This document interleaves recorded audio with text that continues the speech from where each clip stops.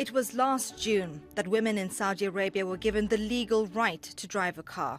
Up until then, it was the only country in the world that banned women from getting behind the wheel. But about the same time, security forces were also cracking down on the women activists who had been calling for these reforms.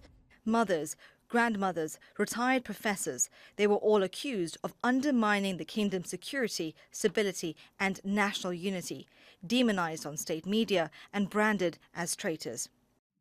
A number of them were arrested, and Saudi prosecutors are putting 4 women and 5 men on trial.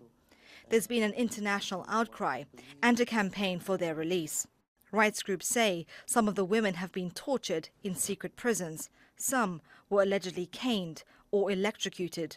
Others sexually assaulted. Loujain al-Hathloul's family accused Saud al-Qahtani, the former advisor to the Crown Prince, of supervising her torture. The Saudi government rejects the allegations and says the detainees enjoy all rights preserved by the laws of the kingdom. But the spotlight is again being focused on Saudi Arabia's human rights record.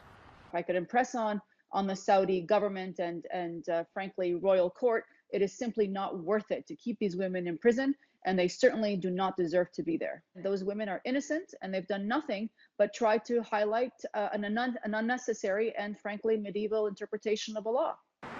Dozens of other human rights defenders, academics and religious clerics remain in Saudi prisons, while the Saudi kingdom continues to promote what it sees as its reform agenda, its attempts to modernize Saudi Arabia. Raheela, Mohammed, Al Jazeera.